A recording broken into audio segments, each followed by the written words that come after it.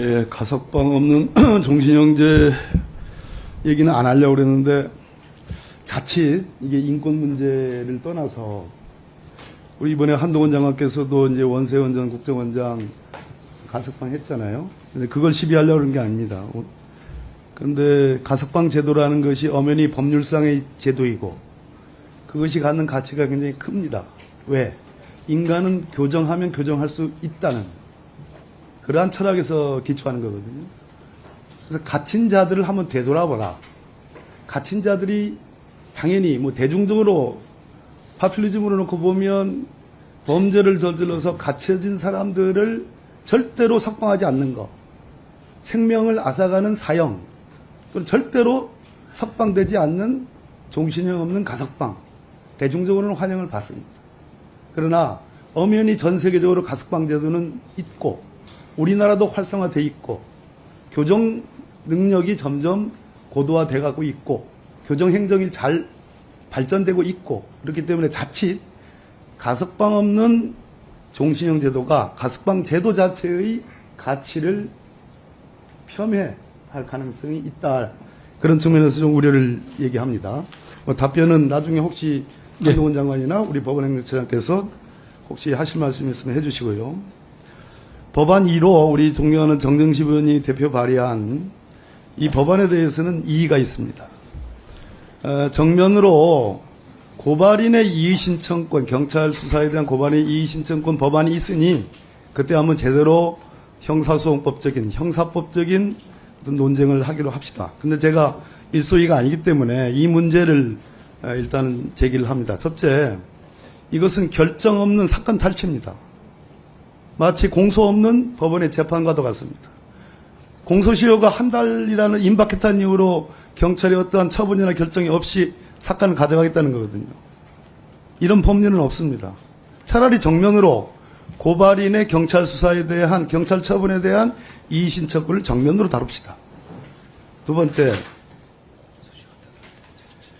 지금 우리 한동훈 장관께서 장관이 되시고 나서 대통령령인 수사 준칙을 바꿨어요. 지난 헌법재판소에 엄연히 뭐 검소완복이라고 표현하고 저희들은 수사기소 분리법이라고 얘기합니다. 그 법은 합법이고 그 법은 검사의 수사권을 축소하는 법이다. 라는 헌법재판소의 판시와 결정이 있었음에도 불구하고 지금 수사 준칙으로 사실상 경찰의 수사 종결권을 사실상 형해하고 있습니다.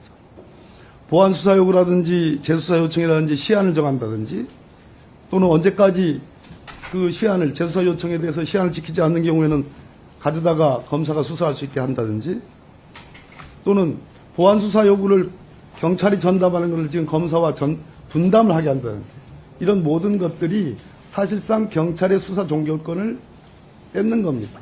사실상 경찰의 수사 종결권이 없어진 거예요. 이번에 이런 수사조직 개정하면서 제대로 경찰과 정말로 흉금 없는 민주적인 토론을 했는지 묻고 싶습니다. 제가 듣기로는 그렇지 않다. 경찰 쪽에 그런 부분에 대한 굉장한 항의와 이의가 있다는 점을 말씀드립니다. 그 부분에 대해서는 한동훈 장관이 이따 말씀을 해주시고요. 결론적으로 자 수사준칙이라는 시행령으로 형사소송법과 검찰청법을 형해화하는 것을 마음대로 위헌적인 위법적인 시행령으로 마음대로 검찰의 수사권을 원상 회복하는 것에 더 지나쳐서 이렇게 한 달이라는 기간이면 얼마든지 경찰에 의한 처분이 가능할 텐데 한 달이 남았다는 이유로 처분과 결정이 없음에도 불구하고 사건을 검사가 가져간다? 이런 발상은 저는 안 맞다고 생각합니다. 정진식 의원님.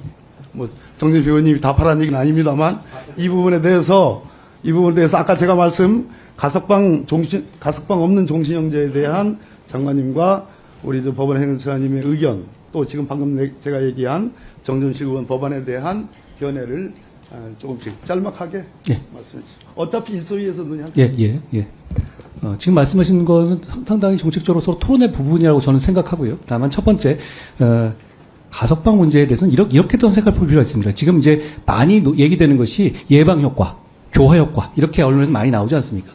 그런데 형벌의 목적 중에는 그것 이상으로 적어도 그것보다 더 중요하거나 어디면 같이 봐야 될 것은 죄값을 치르는 겁니다. 응보죠. 그런데 지금 나오는 어떤 흉포한 범죄들은 지금 사회적으로부터 영구히 격리하는 것 정도로도 부족할 정도로 그런 흉포한 범죄들이 있고 거기에 대한 국민들 공감대가 있습니다. 그렇기 때문에 그 부분을 감안해야 되고 가해자의 인권보다는 피해자와 유족의 인권을 먼저 생각해야 되는 면이 있다라고 생각합니다. 그렇지만 의원님께서 말씀하신 이런 논지가 없다는 말씀은 아닙니다. 그리고 두 번째로 아까 지금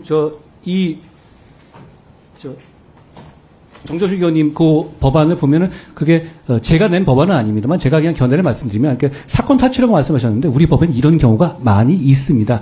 예를 들어서 재정신청 경우에 원래 항고를 거쳐야 되잖아요. 검찰청에. 그런데 법원으로 공소시효 30일 남겨놓은 단계에서는 검찰 안 거치고 경찰 이 고발인이 지금 고발인은 없어졌지만 이 재정 신청을 바로 직접 법원으로 가져가 버릴 수도 있습니다. 그렇게 따진다면 법원의 사건 탈취인가요? 그렇지 않습니다. 그리고 사건이 공소시효가 30일 남겨놓을 때까지 묵혔다? 이건 직무유기죠. 그러니까 굉장히 극단적인 상황을 말하는 것이 아닌가라는 제 의견을 역시 제 의견입니다. 그리고 세 번째로는 이 수사 준칙 관련해 가지고는 행안부랑 협의한 안이 지금 올라 있는 안이라고 말씀드리고요. 그리고 제가 분명히 확신드리건데 지금 이 문제는 이 검수완박과 수사권 조정으로 인해 가지고 많은 변호사들과 일선 서민들이 사건의 무한지체, 고발장을 반려하는 것, 그리고 사건에 대해서 말할 기회가 줄어드는 것을 강력하게 호소하고 있습니다. 그거를 검수완박법을 유지하는 전제하에서 최소한이나마 보완하기 위한 그 노력이라고 생각해 주시면 좋겠습니다. 저는 여기 계신 누구라도 그 준칙 이전과 이후에 본인이나 본인의 가족이 어떤 고소고발할 때 어떤 걸 나으냐라고 물으면 저는 준칙에 따르는 경우가 당연히 나을 거라고 확신합니다. 그런 말씀을 드리고요. 그리고 이 기회에 이 말씀을 드리는 것은 박 의원님 말씀하셨지만 아까 저는 정말로 궁금하거든요. 아니 고발인 이심 신청권을 왜 폐지한 거예요? 그러니까 뭐가 설명이라도 있어야 되는데 제가 여러 차례 물었거든요. 근데 누구도 대답을 안 합니다. 저는 이게 좀 듣고 싶습니다. 왜냐하면 말씀하신 것처럼 이거는 고발인 이의신청권을 말도 안 되게 폐지했기 때문에 나오는, 왜냐하면 저는 정조식 의원님의 안이 이거 좀 부자연스럽다 생각해요. 고발인 이의신청권을 폐지해놨는데 이걸 이렇게만 살린다? 이상하잖아요. 그러니까 본질적으로 이 문제는 고발인 이의신청권을 폐지한 이유가 뭔지를 민주당이 설명해 주시는 데 출발해야 된다고 생각합니다.